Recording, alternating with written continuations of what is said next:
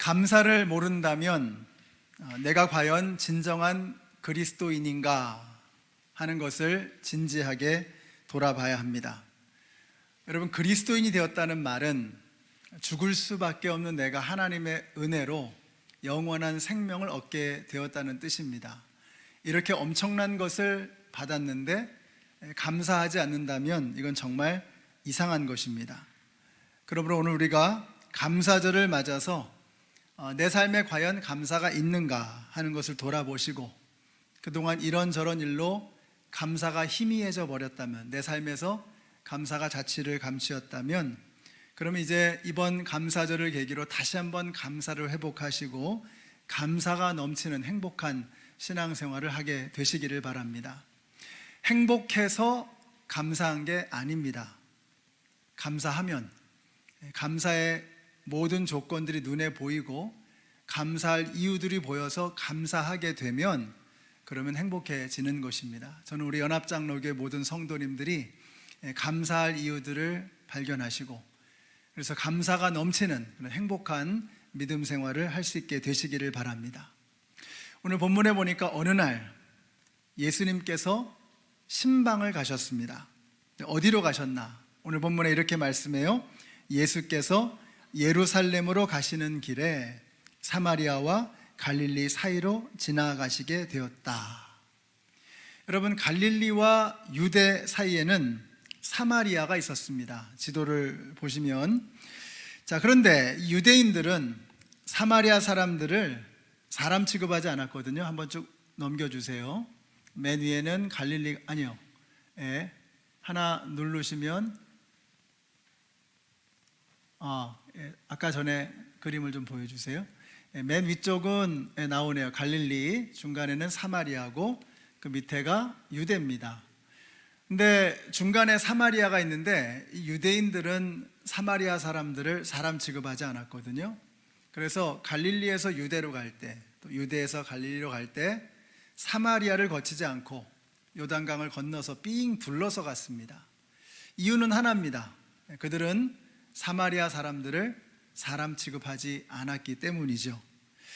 그런데 예수님께서 이렇게 약속을 지키기 위해서 바쁘신 것도 아닐 텐데 굳이 사마리아로 가시는 겁니다. 그래서 갈릴리에서 오셔서 예루살렘으로 가시는 그 길을 잡으시는데, 요단강을 건너는 길, 보통 유대 사람들이 가는 그 길이 아니라 사마리아로 지나가시는 거예요. 이유가 무엇일까? 예수님이 신방 스케줄이 있으셔서 그러셨던 것입니다. 어떤 스케줄이신가? 12절에 보니까 나병 환자 10사람을 만나셨다. 누구를 만나시려고요? 나병 환자들을 신방하시기 위해서 그들에게 가시는 것입니다. 요즘에는 치료제가 워낙 잘 돼 있기 때문에 나병 환자를 주위에서 보는 게 참 어렵습니다. 그 당시에는 이게 불치병이었거든요. 그래서 한 번 걸리면 이 병을 치료할 수가 없습니다. 그것도 이게 코도 문드러지고 귀도 떨어지고 모든 털도 다 빠지고 얼굴이 뭉개지는, 온몸에 막 고름이 나고 손과 발이 썩어 들어가는 그런 무시무시한 질병이었습니다. 그뿐만이 아니었습니다.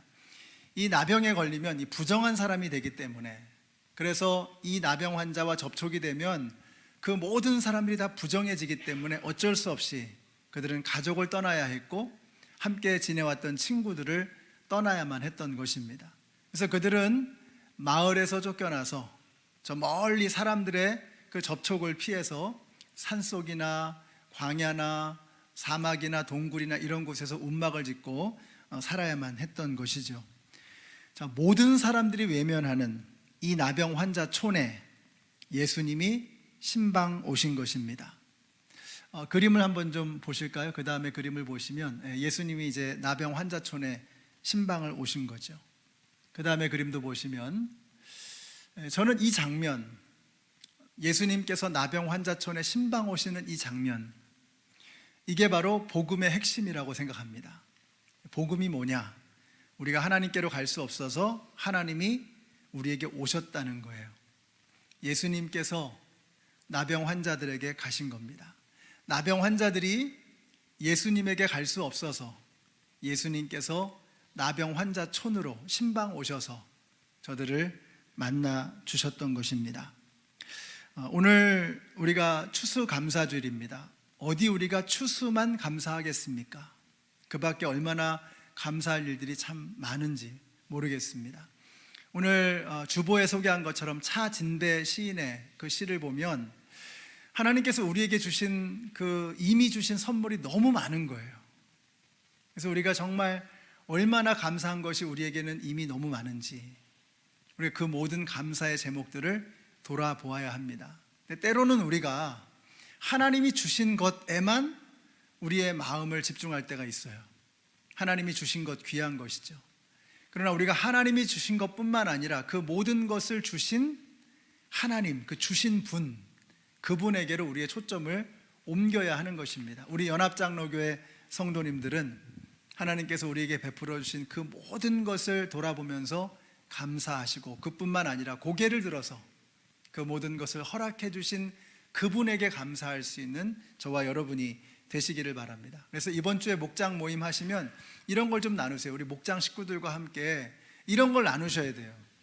주보에도 적어드린 것처럼 올해 나에게 감사한 10가지, 어디 10가지 뿐이겠습니까? 그러나 탑10 해가지고 제일 감사한 거 10가지 한번 나눠보시고, 올해 나에게 제일 추웠던 경험은 무엇이고 제일 따뜻했던 경험은 무엇인가 하는 것들을 함께 나눠보시기 바랍니다. 그리고 그 모든 것과 함께 이 모든 것을 섭리 가운데 허락해 주신 우리 하나님께 감사하시는 우리 모든 성도님들이 되시기를 바랍니다. 자, 나병 환자들에게 예수님이 오셨습니다. 그리고 그때부터 모든 것이 달라지는 거예요. 여러분, 예수님이 내 삶에 들어오시면 모든 것이 달라지는 것을 믿으시기 바랍니다. 예수님께서 사울의 인생에 들어가셨을 때 그의 눈이 바뀌었어요. 눈에서 비늘이 떨어졌습니다. 전에 보지 못하던 것들을 보기 시작하는 거예요. 전에 보던 것들이 잘못됐다는 것을 깨닫기 시작하는 것입니다. 예수님이 우리의 인생에 들어오시면 우리의 눈에서 비늘이 떨어지게 될 줄로 믿습니다. 그래서 전에는 서로를 볼 때 어떻게 보세요? 허물이 뭐가 있나? 뭘 잘못하나? 막 이런 눈으로 자꾸 보거든요. 그런데 예수님이 내 삶에 들어오시면 그 사람에 있는 아름다움이 도드라지게 드러나는 거예요. 그 사람 속에 있는 하나님의 형상이 멋지게 빛을 발하기 시작하는 것입니다. 그러니까 예수님이 내 인생에 걸어 들어오시면 그때부터 내 눈이 바뀌는 거예요. 내 마음도 달라지게 되는 거예요. 그래서 끌어안아주고 격려해주고 위로해주고 이해해주고 그래서 하나가 되어지는 그런 역사가 나타나게 되는 것입니다. 그래서 저와 여러분이 이렇게 눈이 바뀌고 또 마음이 달라지면 우리 교회의 공기가 달라지게 될 줄로 믿습니다. 여러분, 우리 이 교회의 중심에 예수님이 계시는 거 믿으시죠? 우리의 중심 가운데 예수님이 계시는 거 믿으시죠?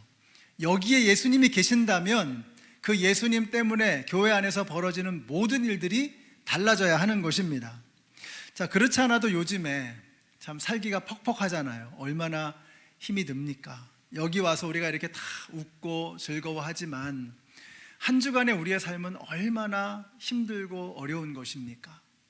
근데 이렇게 여러분이 교회 탁 들어오는데 주차장에서부터 이 봉사하시는 분이 인상 칵 쓰고 있으면 견디고 이제 예배당으로 들어오는데 오랜만에 또 만난 분이 또 얼굴이 왜 그 모양이냐고, 다이어트 한참 하고 있는데 왜 이렇게 얼굴이 또 퉁퉁해졌냐고 막 이러면 은혜가 안 되겠죠? 그래서 우리 교회에서는 안내위원을 뽑을 때 하여튼 워싱턴에서 한 인상 하시는 분들, 그런 분들을 뽑습니다. 그러니까 우리 연합장로교 최고로 인상 좋으신 분들, 그분들을 이렇게 안내위원으로 세우고 그래서 오시면서부터 기분 좋아지시도록 내년에도 새로 안내위원들이 세워지면 기대가 됩니다. 여러분, 우리 예수님께서 내 삶에 들어오시면은요, 사람들을 보는 시각이 달라지고 사람들을 대하는 마음의 태도가 달라지게 되는 것입니다. 저는 이렇게 보니까 우리 교회는 안내위원들만 잘하시는 게 아닌 것 같아요. 우리 몇 주 전에 우리 창립 기념일 할 때 타주에서 오신 분이 우리 교회를 방문하셨었는데 그날 우리가 김밥 먹었잖아요. 아래층에 가서 김밥을 드시면서 친교를 하시는데 지나가던 어떤 연세 높으신 한 장로님이 그분 새로 오신 분에게 어깨를 이렇게 주물러 주시더래요. 근데 이분이 그동안 대면 예배를 못 드리다가 정말 오랜만에 우리 교회를 방문하셔서 대면 예배를 드리게 됐는데, 그날 세례식도 있고 얼마나 우리가 은혜를 많이 받았습니까? 근데 내려갔는데 연세 높으신 한 장로님이 어깨를 주물러 주시더라는 거예요. 근데 그 터치가 얼마나 감사하던지 자기의 피곤함이 다 날아가는 것 같았다는 그런 이야기를 하셨습니다. 제가 그런 생각이 들었어요. 우리 성도님들은 하여튼 누굴 안내위원으로 시켜도 잘하시겠다. 아니, 여러분 한 분 한 분이 안내위원이 되셔서 우리 교회 오시는 분들을 다 이렇게 따뜻하게 맞아주시면 감사하겠습니다. 전에 그런 말씀 드린 적이 있죠. 어떤 사람이 교회를 올 때 그 사람이 도대체 어떤 심정으로 어떤 상태에서 오는지 우리가 알 수가 없잖아요. 그 중에는 정말 생애 마지막이다, 내 한번 교회 가보고 결정하리라, 그런 심정으로 정말 피를 철철 흘리면서 오는 심정으로 교회에 오시는 분이 있을 수도 있다는 거죠. 근데 와보니까 교인들이 너무 따뜻하고 사랑이 넘치고, 야, 세상에 이런 것도 있구나 하면서 그 사람의 삶이 달라질지 누가 알겠습니까? 그러니까 우리는 한 사람 한 사람을 대할 때 그냥 함부로 그냥 막 대하면 안 되는 것이죠.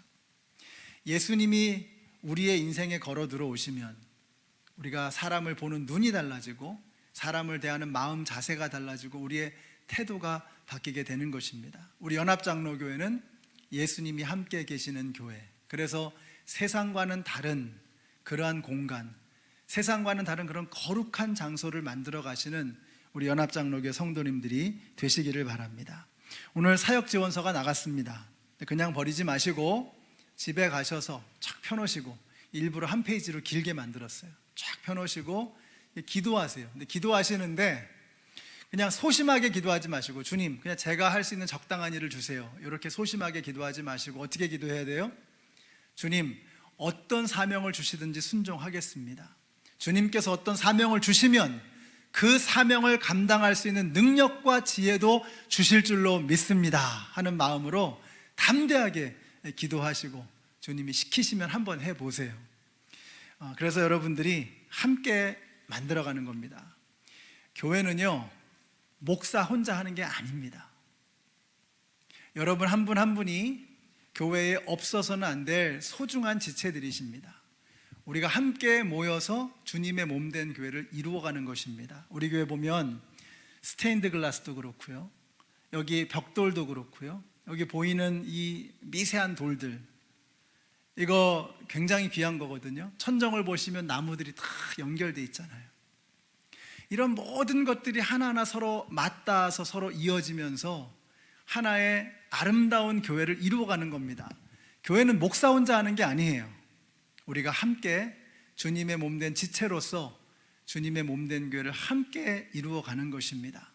우리 성도님들이 나는 모르겠다고, 나는 관심 없다고 이러지 마시고, 하나님께서 여러분을 이 교회에 보내주신 이유가 있습니다. 이 교회 안에서 여러분이 감당할 수 있는, 또 여러분에게 주시는 그런 하나님께서 주시는 그 사명을 멋지게 감당해 내시는 여러분 모두가 되시기를 바랍니다. 신방 오신 예수님을 나병 환자들이 멀찍이서 발견하고는 예수님을 향해서 이렇게 외치는 거예요. 예수님, 우리를 불쌍히 여겨 주시옵소서. 예수님, 우리를 불쌍히 여겨 주시옵소서. 이상하지 않습니까? 아니, 이 사람 나병 걸린 환자들입니다. 그러면 예수님을 봤으면 뭐라 그래야 돼요? 예수님, 저의 나병을 고쳐주시옵소서 이래야 되잖아요.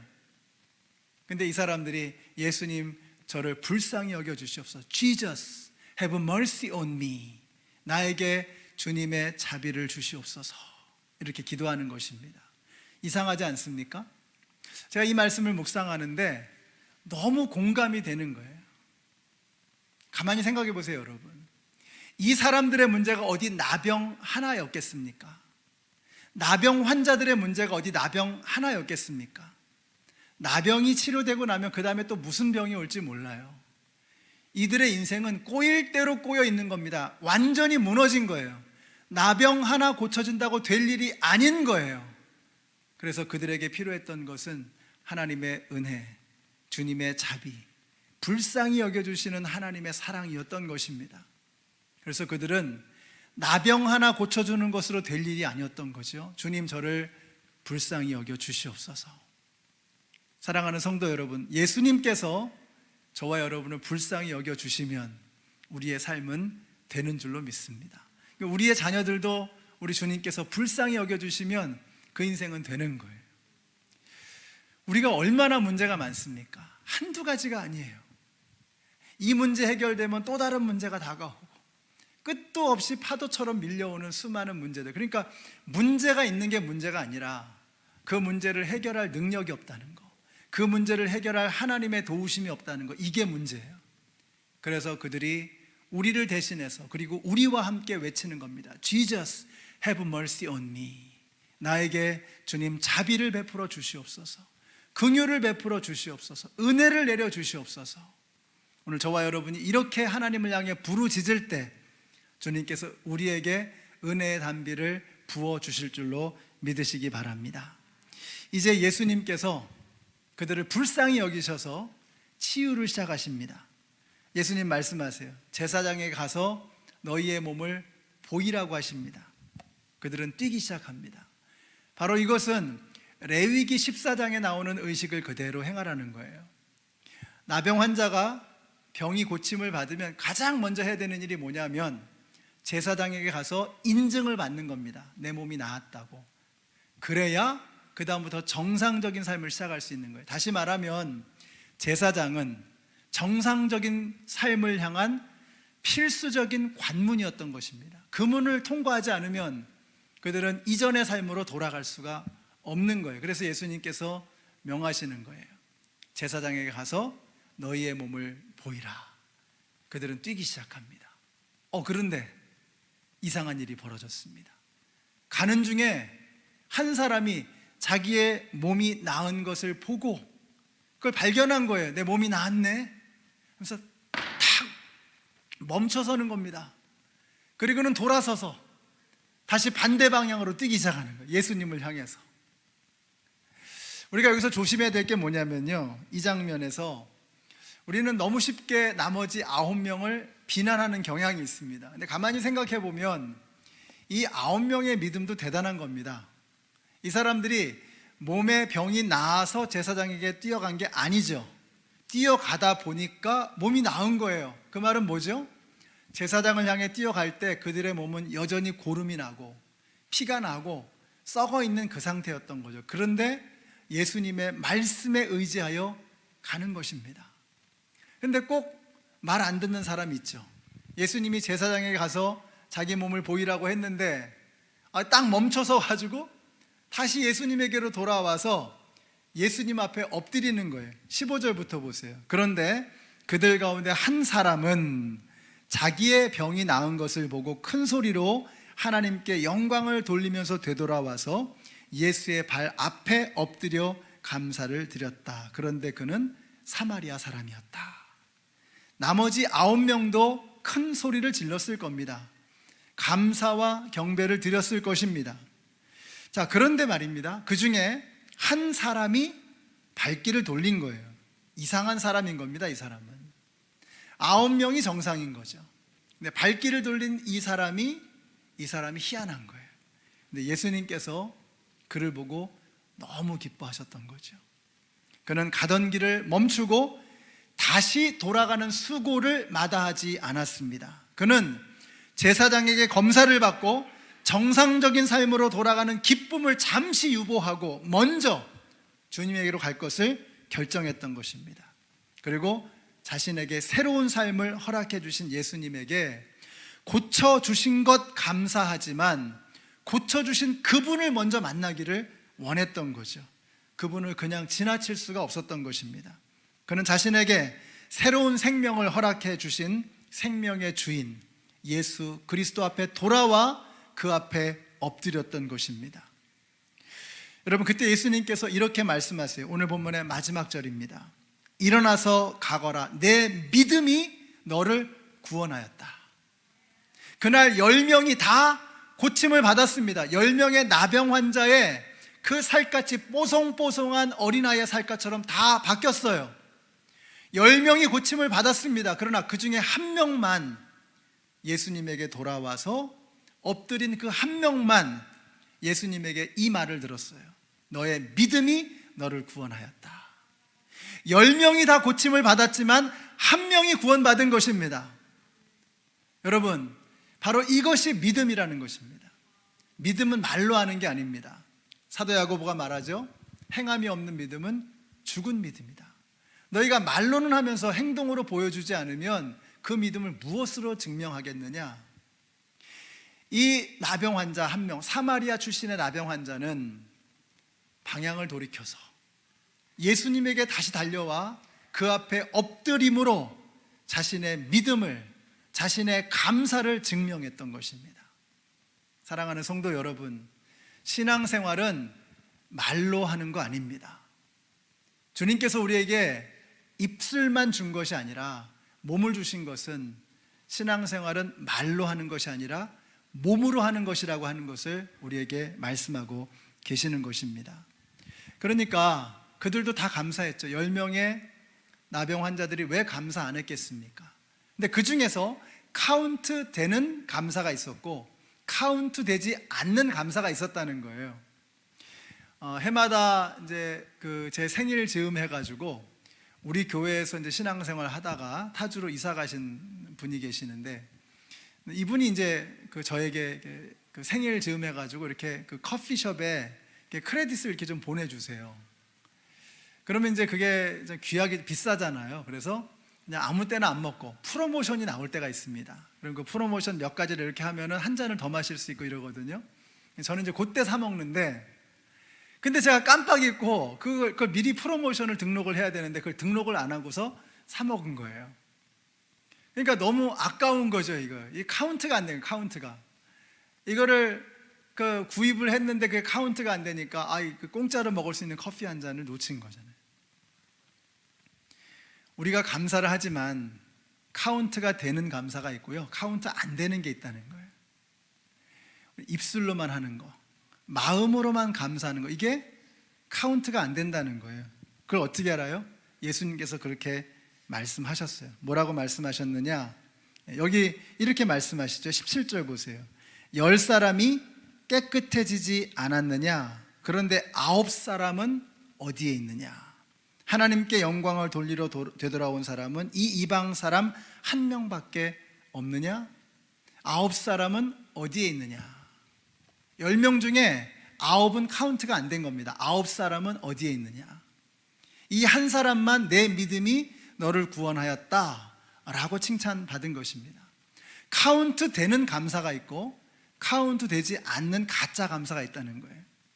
카운트 되는 진짜 믿음이 있고 카운트 되지 않는 가짜 믿음이 있다는 것입니다. 저는 우리 연합장로교 성도님들이 주님 배울 그날에 우리가 평생 교회 다니고 열심히 이것저것 했는데 주님께서 마지막 날에 야 이거 카운트가 안 됐다, 야 이거 등록이 안 됐다, 야 이거 이러면 어떠실 거예요? 이게 안 돼, 이러면 안 되잖아요.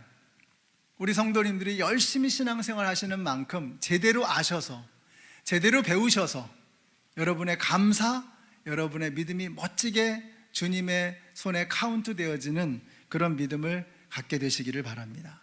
그러면 우리가 어떻게 하는 것이 카운트 되어지는 감사냐 하는 것입니다. 3가지만 말씀드리겠습니다. 첫째, 몸으로 섬기는 걸 시작하셔야 됩니다. 이제는 오늘 나간 사역 지원서 보시고 작은 것 하나라도 괜찮습니다.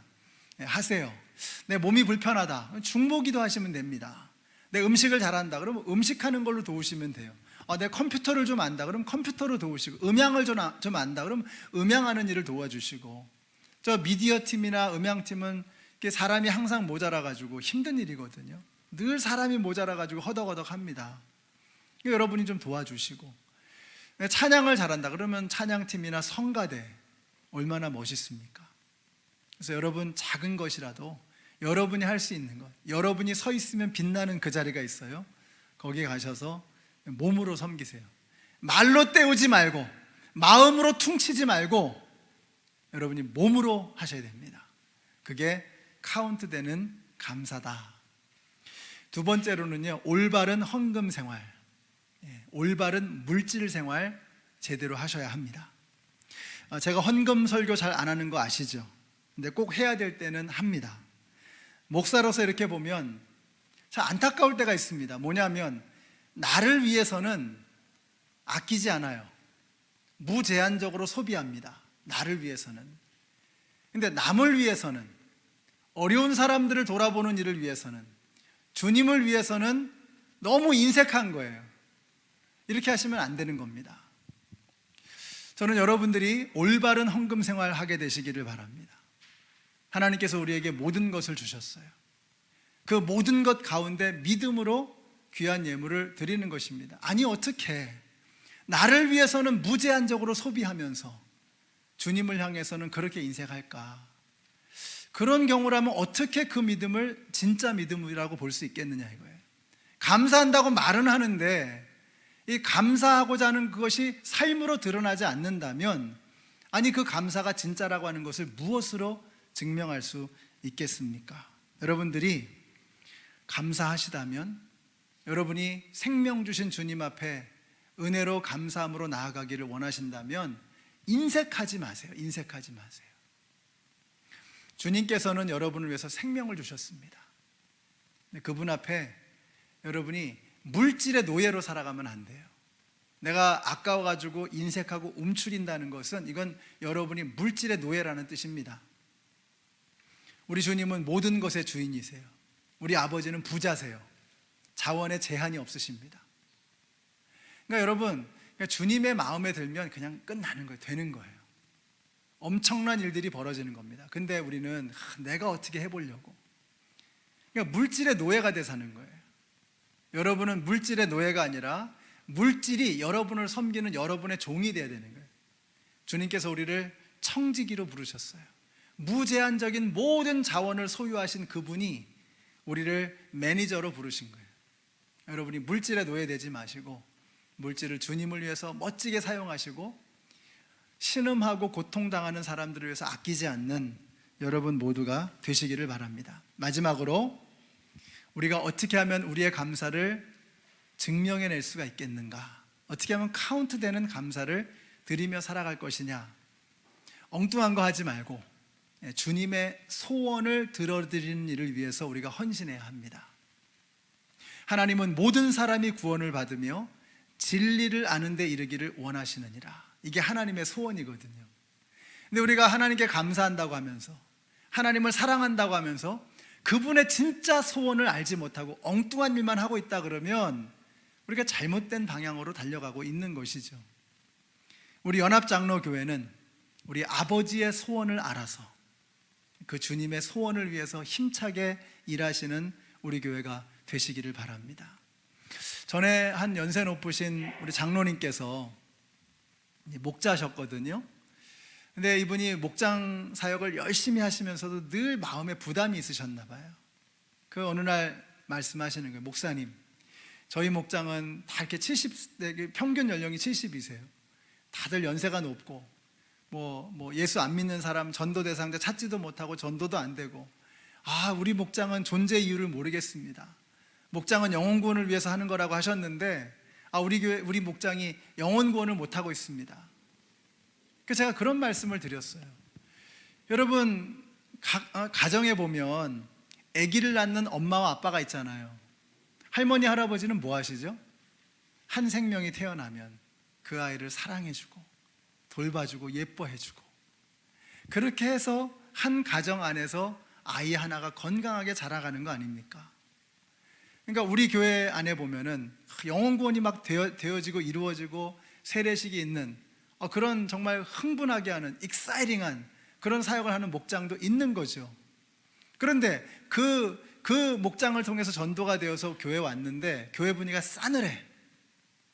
다 그냥 막 이렇게 막 서로 눈 흘기고 싸우고 맨날 갈등하고 이래요. 그러면 그 영혼이 제대로 성장할 수 있겠습니까?